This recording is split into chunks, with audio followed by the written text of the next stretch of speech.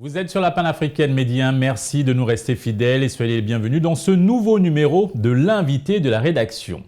La CAN, la Coupe d'Afrique des Nations 2025 qui se tiendra au Maroc, s'annonce comme l'un des tournois les plus compétitifs et attendus du football africain.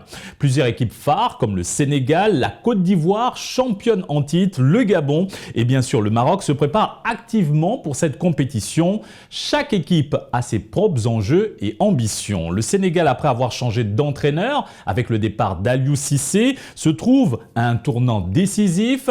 L'équipe désormais sous la direction de Pape Thiaw, coach intérimaire, devra prouver qu'elle peut rester compétitive malgré ce changement. De leur côté, le Maroc, en tant que pays hôte, compte bien capitaliser sur cet avantage pour aller loin dans la compétition. Quant à la Côte d'Ivoire, elle cherche à défendre son titre, tandis que le Gabon, avec ses talents émergents, veut créer la surprise. Pour en parler, nous recevons sur ce plateau M.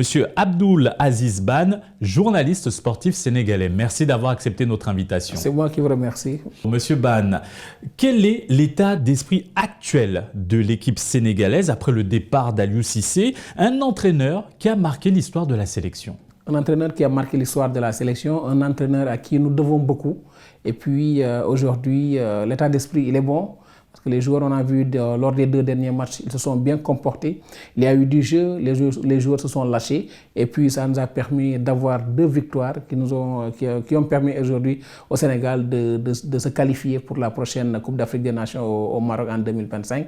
Mais également à 2 journées de la fin de des éliminatoires. Donc je peux dire aujourd'hui que le Sénégal est dans une bonne dynamique qui lui permet également d'être dans la continuité de ce que Aliou Cissé a démarré. Parce qu'on va le rappeler, c'est avec la liste que Aliou Cissé avait concoctée.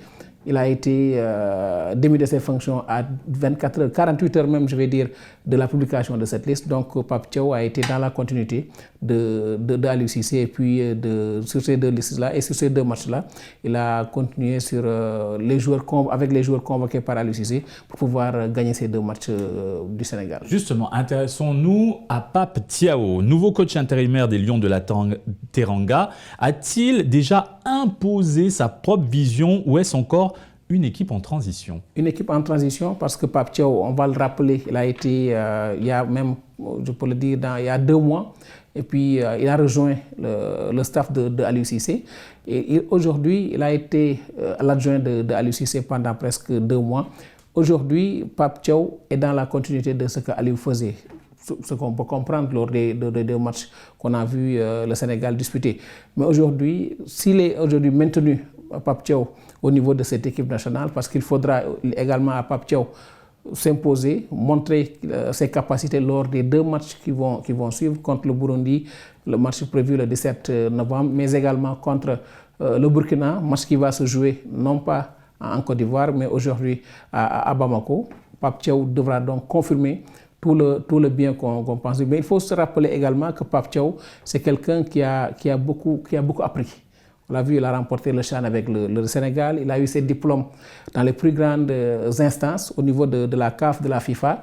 Aujourd'hui, il a déroulé et puis il a été un ancien joueur. Il connaît bien ces joueurs-là de l'équipe du Sénégal. S'il est maintenu à ce poste, il va devoir travailler avec tout le monde et puis se dire que je vais faire comme Aliou Cissé. Je vais faire plus qu'Aliou Cissé. Aliou Cissé a déjà il a déjà remporté la Coupe d'Afrique des Nations. C'est à Pape Thiaw maintenant de montrer ses capacités lors des 2 prochains matchs et de se dire aujourd'hui, je veux être le prochain sélectionneur du Sénégal et je veux rester sur ce banc de cette équipe nationale du Sénégal et de montrer ses capacités. Intéressons-nous à l'équipe de la Côte d'Ivoire, les champions en titre. Quel défi spécifique la Côte d'Ivoire pourrait-elle rencontrer en tant que champion en titre lors de cette édition au Maroc?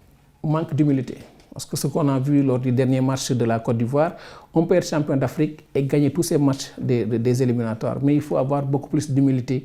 Il faut que les joueurs communiquent entre eux et que chacun se dise aujourd'hui que je peux marquer pour l'équipe. Quand je marque pour l'équipe. Et quand je joue pour l'équipe de la Côte d'Ivoire. Ce manque d'humilité, on l'a vu lors du dernier match de la Côte d'Ivoire, ce qui a valu aujourd'hui à Emerse Faé d'avoir sa première défaite qui est d'1-0. C'est le mal du football africain. On manque d'humilité quand on gagne une Coupe d'Afrique des Nations. Oui, on se dit on a atteint un objectif. On ne l'atteint jamais quand il s'agit d'une équipe nationale.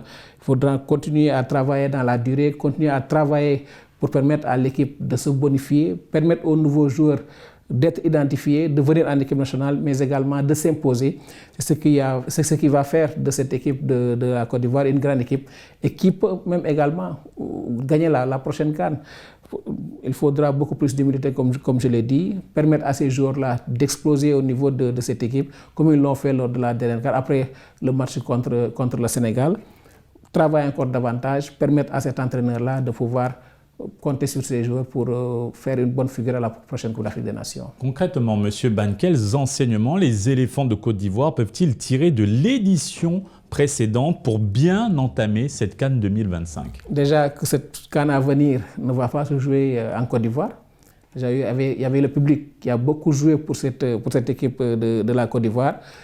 Travailler davantage. Il faudra que les éléphants se disent aujourd'hui, nous sommes champions d'Afrique, il ne faut pas faire l'erreur du Sénégal, nous sommes champions d'Afrique, on va venir écraser tout le monde, on va venir gagner tous nos matchs. Ça ne se fait pas. Et puis ça ne se dit même pas dans les discours. En termes de communication, il faut éviter ces genres de discours. On est champion d'Afrique, on est plus fort en Afrique, on va battre tout le monde pour aller gagner une autre CAN. Beaucoup d'humilité, se concentrer sur le travail et permettre à cette équipe de la Côte d'Ivoire de pouvoir faire bonne figure à la prochaine CAN. Intéressons-nous au Maroc avec les Lions de l'Atlas. Le Maroc étant pays hôte de la CAN 2025, en quoi ce facteur pourrait-il influencer les performances des Lions de l'Atlas dans cette compétition? Que les supporters marocains viennent tous les jours au stade, accompagner leur équipe. Quand l'équipe du Maroc joue, que les gens sentent que c'est cette équipe du Maroc qui va jouer. Qu'on se coller à l'équipe du Maroc comme l'ont fait les Ivoiriens, on l'a vu avec la dernière Coupe d'Afrique des Nations. Le Maroc peut compter sur ses supporters pour remporter la prochaine CAN. Il faut beaucoup plus de mobilisation, beaucoup plus de communication au niveau du Royaume chérifien pour dire aux Marocains que c'est votre Coupe d'Afrique des Nations. Vous allez au stade, supporter votre équipe et puis ne pas être des spectateurs.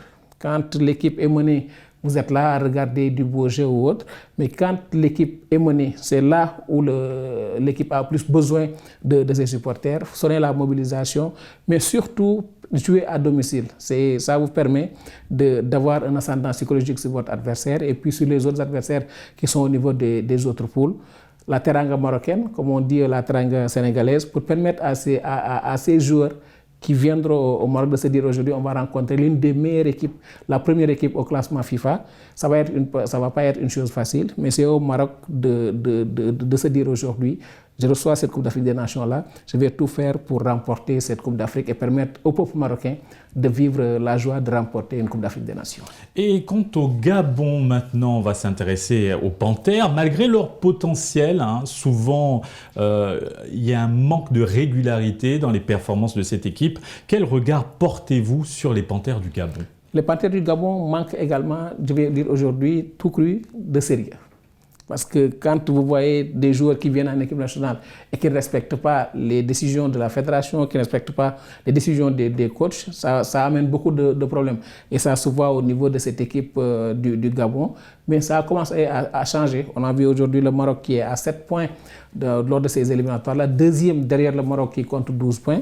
Il y a du travail qui est en train d'être fait et les joueurs commencent à comprendre qu'il faut beaucoup plus de sérieux pour disputer une Coupe d'Afrique des Nations. Il faut beaucoup plus de sérieux quand on est appelé en équipe nationale. Quand on est appelé en sélection, il faut également tout faire pour mériter cette place en sélection. Je pense que c'est ce que les Gabonais doivent faire, doivent comprendre aujourd'hui que quand ils sont beaucoup plus, je vais dire, comme au Sénégal, 18 millions d'habitants, vous êtes 26 ou 27 appelés, chacun doit se dire aujourd'hui, je représente un Gabonais et je dois me donner à fond pour permettre à cette équipe-là de gagner et puis de faire bonne figure à cette Coupe d'Afrique des Nations qui arrive parce que ça fait très longtemps qu'on n'a pas vu le Maroc, le Bénin, le Gabon briller en Coupe d'Afrique des Nations. Il faut que cette fois-ci, que le Gabon brille en Coupe d'Afrique des Nations et puis permettre à ce peuple-là qui aime le football de vivre les joies d'une victoire en Coupe d'Afrique des Nations. Très rapidement, avant de terminer, selon vous, qui peut remporter cette CAN 2025?